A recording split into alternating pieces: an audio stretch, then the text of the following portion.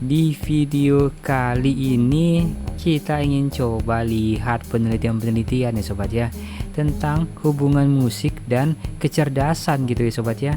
Dan orang selalu mengkait-kaitkan hal ini dengan kecerdasan seseorang gitu ya sobat ya. Jadi kalau dia sukanya musik tertentu, kerap kali dikaitkan dengan kecerdasan dia gitu ya sobat ya. Oke guys, pada video kali ini kita ingin coba melihatnya secara lebih detail ya sobat ya. Seperti biasa, kita mau lihat dulu dari artikel-artikel yang ada di internet gitu ya sobat ya. Kita mulai dari Mbah Google terlebih dahulu ya sobat ya. Di sini ada yang pertama itu ada pengaruh musik terhadap perkembangan otak anaknya. Dan di sini katanya musik mampu meningkatkan kecerdasan otak anak. Langsung kita dapatkan kesimpulan nih sobat ya. Ternyata mampu gitu ya sobat ya, kata si Kompasiana. Dan berikutnya musik juga merancang kecerdasan dengan merangsang kecerdasan dengan musik. Nah, ini juga ada artikel mengatakan nih, klik dokter nih, manfaat musik untuk kecerdasan anak gitu ya. Coba kita buka dulu yang klik dokter ini ya guys ya. Kita mau lihat dan terang aja, ini ada gambar anak kecil gitu ya, kecerdasan anak gitu ya. Jadi katanya ada studi di Jerman melibatkan 194 anak. Nah, anak laki-laki kelas 3 SD menunjukkan kecerdasan nonverbal dan keterampilan membaca anak-anak belajar memainkan musik lebih tinggi dibandingkan dengan yang tidak. Itu sebenarnya artinya yang tidak memiliki keterampilan untuk bermain musik, katanya begitu. Sedangkan studi lain di Amerika Serikat juga melibatkan anak di usia 7-12 tahun menunjukkan anak-anak yang terdapat pendidikan musik lebih lancar membaca dan berbahasa daripada anak yang tidak sama sekali. Oke guys, dan sayangnya di sini kita tidak dapatkan yang namanya referensi daripada yang di atas ya guys ya. Ya kitanya sih maunya pengen ada referensi gitu ya guys ya, minimal ada linknya lah gitu ya. Oke guys, jangan bersedih dulu karena kita akan mencari daripada hubungan tadi sobat ya, apakah memang iya apa tidak tuh sobat ya. Kita mulai aja dari Google Scholar gitu ya guys ya. Kita mau coba dari kata kunci hubungan musik dan kecerdasan. Oke guys, ini adalah penelitian daripada Elvira di tahun 2015 ya sobat ya, ISI. Nah, ISI itu Institut Seni Indonesia ya guys ya, yang mengurusi musik ya, sekolah musik yang ada di Indonesia. Oke, di sini katanya di sini dari penelitian tadi ya, penelitian daripada Elvira tadi. Kita zoom aja ya guys ya. Dan kesimpulannya di sini terdapat hubungan antara karakter musik klasik dan musik jazz. Nah, dengan EQ mahasiswa. Di sini artinya EQ adalah emotional quotient pada mahasiswa, pemain musik klasik dan pemain pop jazz. Nah, dibuktikan dengan perbedaan yang signifikan antara nilai EQ pemain musik klasik dengan nilai EQ pemain musik pop jazz pada mahasiswa jurusan musik ISI Yogyakarta sobat ya. Dan di sini kita bisa kesimpulkan ya sobat ya, yakninya ini teman-temannya sendiri yang menjadi objek penelitian di sini sobat ya. Di sini 60 orangnya itu mungkin ya teman-temannya aja kayaknya sobat ya. Dan kayaknya oke guys, mungkin ini jurnal yang pertama ya guys ya. Kita lanjut aja ke jurnal yang kedua ya. Dan ini ceritanya tentang hubungan antara kecerdasan emosional dengan kreativitas pada musisi band di Taman Budaya Sumatera Utara gitu ya. Dan di sini hasilnya. Oke, hasil penelitian. Kita bisa langsung tahu gitu ya guys ya, di mana taruh hasil penelitian gitu ya. Bagi kamu masih bingung cara baca jurnal ya guys ya, kamu bisa cari aja video kita ya sobat ya, yang tentang bagaimana cara membaca jurnal ya sobat ya. Dan di sini hasil pada penelitian yang ini menunjukkan bahwa ada hubungan positif. Artinya ada hubungan ya sobat ya, hubungan yang saling mempengaruhi antara kecerdasan emosi dengan kreativitas pada musisi band di Taman Budaya Sumatera Utara gitu ya guys ya. Dan di sini dia memakai ini berapa orang, kita nggak tahu di sini ya. Ini ada berapa orang gitu ya, kreativitas mencerminkan ini. Dan data penelitian diperoleh dengan skala kecerdasan emosi tes. Nah, ini uji tesnya sobat ya, skala kecerdasan emosi dan tes kreativitas fungural. Nah, skala emosi memiliki reliabilitas alfa gila 0,8 ya. 0,8 artinya ini datanya sangat reliable ini nih. Sangat reliable artinya metodenya sudah mantap ini nih ya, metode untuk ini kecerdasan emosi dan tes ini. Metode yang digunakan adalah metode korelasi kualitatif itu sobat ya. Kalau kualitatif itu kamu bisa cari sendiri aja ya guys ya, tentang metode kualitatif sobat ya. Artinya kalau kuantitatif. Kalau kuantitatif itu ukuran salah 1, 2, 3, 4, 5, 6, 7, 8, 9, 10. Tapi kalau kualitatif mungkin jawabannya mungkin iya atau tidak, atau ya iya dan tidak, pernah dan tidak, gitu aja jawabannya. Dan di sini hasilnya adalah adanya hubungan positif ya sobat ya, antara kecerdasan emosi dan kreativitas di sini. Oke guys, kita lanjut aja ke jurnal yang ketiga ya sobat ya. Jurnal ketiga tuh yang ini, karena jurnalnya sangat menarik sih menurut saya gitu ya, menarik sekali menurut saya. Di sini katanya preferensi. Nah, kita download dulu sebentar. Preferensi musik dan kecerdasan emosi mahasiswa profesi nurse. Guys, ini mahasiswa profesi nurse gitu ya. Ini keren sih menurut saya gitu ya.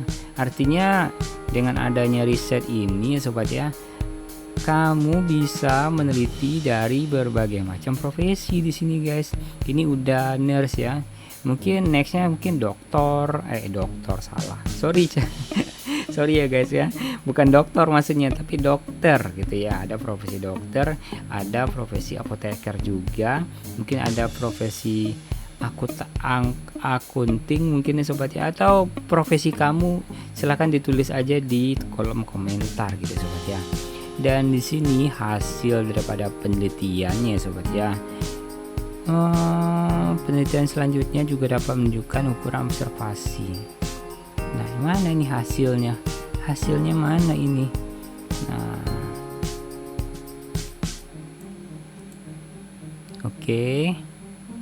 dan di sini kita bacakan ya. Mungkin dari sini ya sobat ya, agak jauh gitu ya. Ditemukan juga bahwa tidak ada perbedaan dalam kecerdasan emosional berdasarkan frekuensi musik yang diuji dengan Kruskal-Walsh. Nah, namun dari uji Spearman menunjukkan genre sophisticated memiliki hubungan positif yang signifikan dengan kecerdasan emosi. Bagi kamu yang ngerti ini sobat ya, silahkan komen aja di bawah untuk bantu-bantu kita baca-baca jurnal di sini sobat ya. Namun kayak ratanya lemah di sini. P-nya itu 0,02 ya sobat ya. 02 masih kecil daripada 0,05, tapi R-nya 0,218. Nah, kemudian genre musik gospel, new age, pop dan religius atau lagu-lagu keagamaan, dan soundtrack memiliki hubungan positif dengan kecerdasan emosional gitu sobat ya. Nanti gospel itu genre musik seperti apa gitu ya guys ya.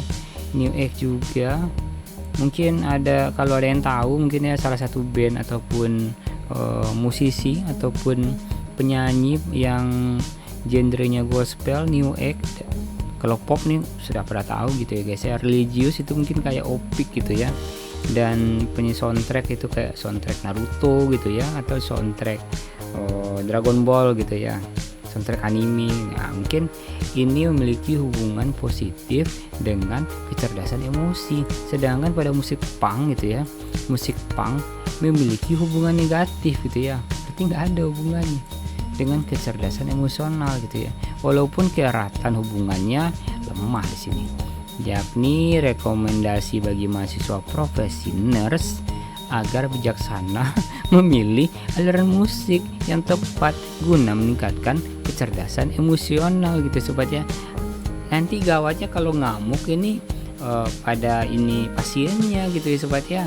Ini gawat ini bagi teman-teman nih yang langsung berhubungan dengan pasien gitu ya sobat ya. Kalau ngamuk dengan pasien, nggak suka dengan pasien kayak gini, jadi kacau urusannya nanti kalau kamu praktik di rumah sakit ya guys ya. Dan bagi peneliti selanjutnya yang ingin mengadop dan menggunakan tes STOMP ini atau uji STOM ya untuk preferensi musik, maka harus memastikan bahwa mereka mendengarkan setidaknya satu dari lagu-lagu tersebut. Tapi setidaknya menurut saya pribadi, kamu mesti tahu juga dong lagu-lagunya gitu ya sobat ya. Jangan hanya mendengarkan doang gitu ya. Dan agar peserta juga tahu musik yang dimaksud gitu ya sobat. Jadi kamu jangan random aja gitu ya guys ya.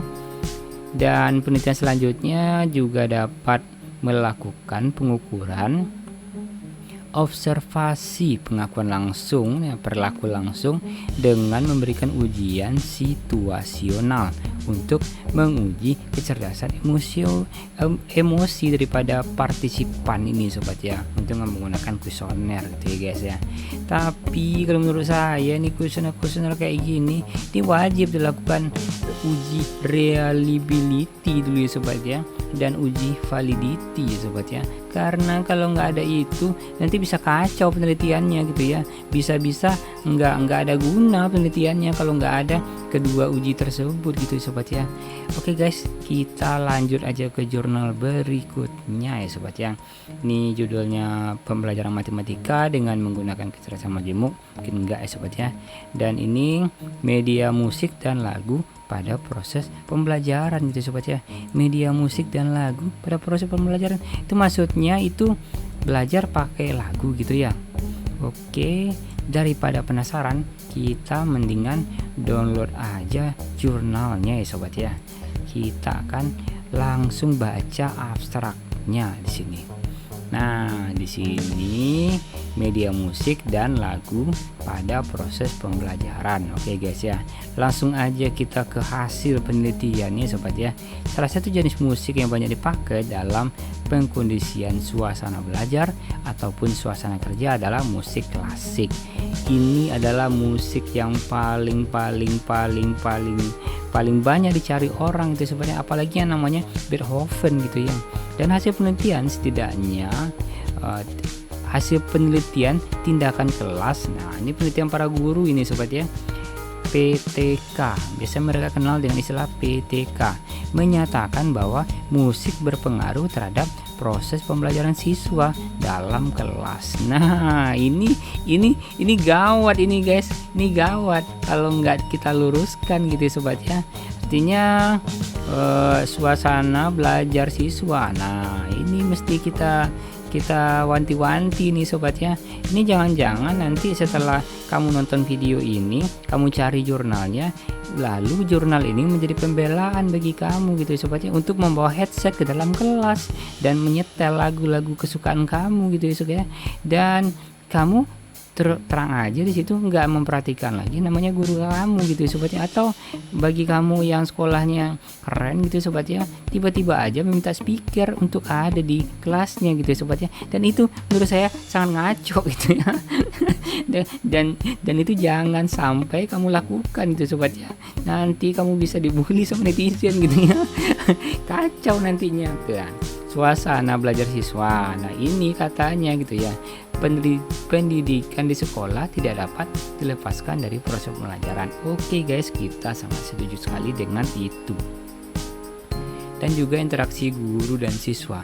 Pembelajaran merupakan satu proses yang rumit, begini begitu. Oke, cukup panjang ya guys ya. Salah satu faktor dapat mendorong atau menghalangi motivasi belajar siswa adalah iklim di kelas gitu sobat. Makanya sediain AC dong gitu ya. Iklim kelas yang dirasakan aman oleh siswa akan mendukung siswa dalam melakukan kegiatan belajar gitu ya. Namun iklim yang terbentuk dalam kelas juga dapat dirasakan mengancam siswa yang berakibat rendah terhadap keterlibatan siswa dalam belajar gitu ya sobat ya. Iklim kelas mendukung siswa dalam belajar, membuatnya ide-ide yang dimiliki serta mempunyai kualitas yang baik ya sobat ya. Dan katanya nggak ada ya sobat ya, nggak ada juga sambil belajar itu dengar musik di kelas gitu ya sobat ya. Tapi ini menurut pengalaman pribadi saja ya sobat ya. Kami pernah ngekos, kami pernah juga ngontrak rumah beserta teman-teman dulu ketika sedang sekolah ataupun sedang kuliah ya sobat ya. Jadi diantara kami itu rame-rame, ada sekitar 7 orang lebih ya sobat ya, kami dalam satu rumah itu.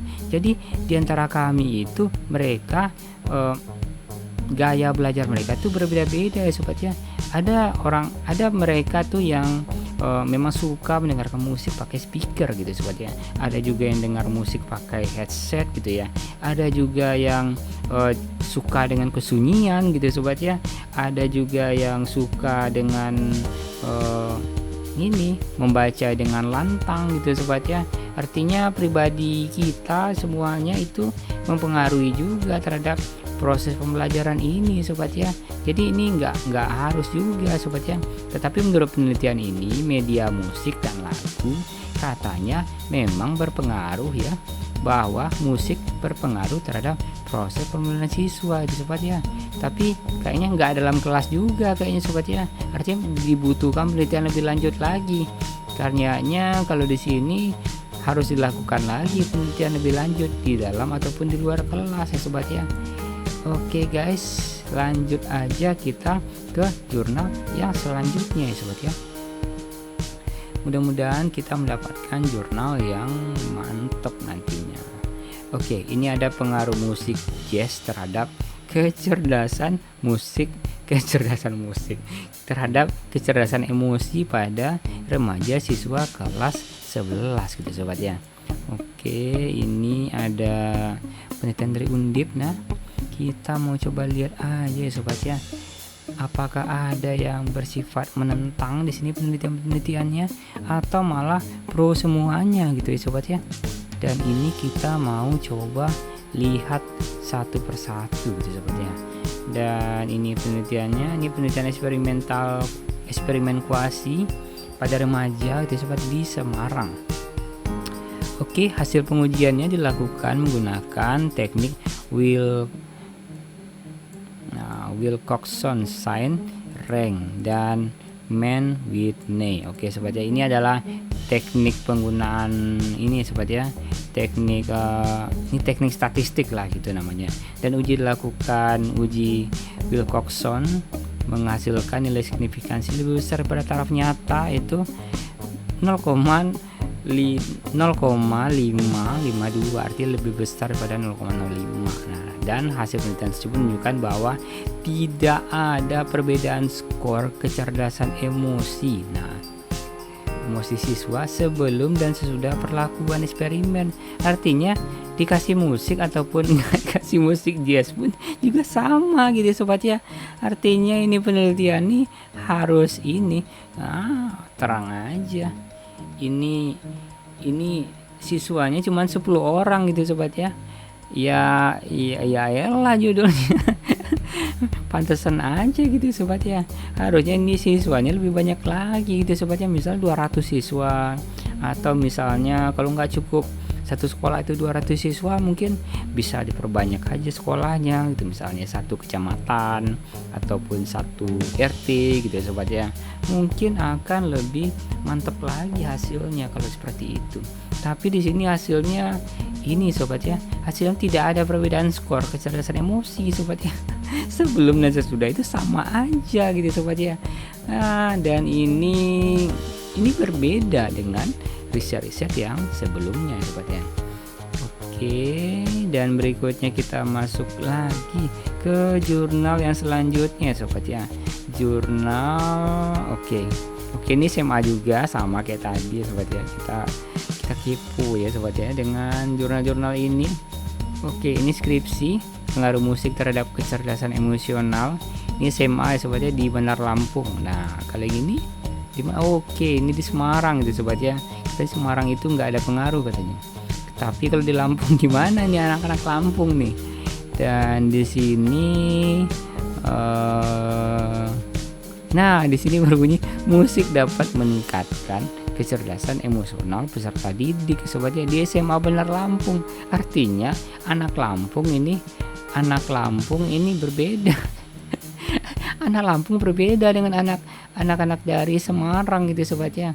Dan oke guys, mungkin kamu bisa komentar aja di bawah ya sobat ya dengan video kita kali ini sobat ya. Arti kita melihat pengaruh antara kecerdasan emosi sobat ya di pengaruh musik terhadap kecerdasan emosi sobat ya. Seperti judulnya ini sobat ya, hubungan musik dan kecerdasan. Nah, oke, mungkin ini adalah jurnal yang terakhir ya sobat ya, kita baca-baca jurnal. Dan oke guys, ini yang ada dua yang menarik ya sobat ya. Sorry, mungkin saya akan bacakan dua jurnal ini sobat ya. Ini ada perbedaan kecerdasan emosi antara pendengar musik hardcore dan pendengar musik klasik. Oke, sorry ya guys ya, ada lagi jurnal nih guys. Dan ini katanya perbedaan antara pendengar ya sobat ya, hardcore dan musik klasik gitu sobat ya. Dan di sini artinya tidak ada perbedaan kecerdasan emosi antara pendengar musik hardcore dan pendengar musik klasik. Jadi lo yang suka dengerin musik Beethoven gitu sobat ya, jadi jangan sekali-sekali menghujat orang-orang atau masyarakat yang mendengarkan musik hardcore gitu sobat ya. Karena dari penelitian ini aja kita sudah bisa lihat ya sobat ya, ini musik itu sama aja gitu ya sobat ya. Dan ini bagi pencinta hardcore nih, kamu jangan khawatir ya sobat ya, kamu harus tetap dengerin musik hardcore kamu gitu ya. Jangan terpengaruh juga dengan musik klasiknya Beethoven gitu ya. Dan ini yang terakhir, ini hubungan antara tingkat pengetahuan ibu hamil tentang perkembangan janin dan stimulasi. Oke guys, kayaknya ini apakah ini ada hubungannya dengan musik ya? Tapi kalau kita lihat di sini hubungan antara tingkat pengetahuan ibu hamil tentang perkembangan janin dan stimulasi kecerdasan. Oke guys, ini kenapa lama sekali nih ya? Oke, saya mau ambil parameter ibu hamil doang nih sobat ya, karena ini sangat keren sekali sobat ya. Banyak ibu hamil yang pas hamil itu tiba-tiba beli headset gitu sobat ya, beli headset buat dengerin ke bayinya gitu ya.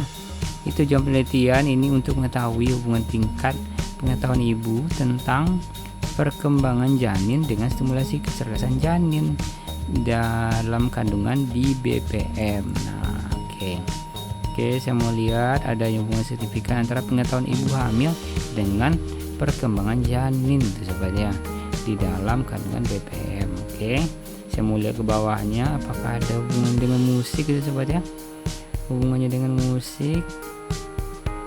Oke, saya mau lihat data ya, kayak grafik gitu deh sobat ya, analisa chi-square nggak ada. Oke, tapi saya masih penasaran gitu sobat ya, ibu hamil dan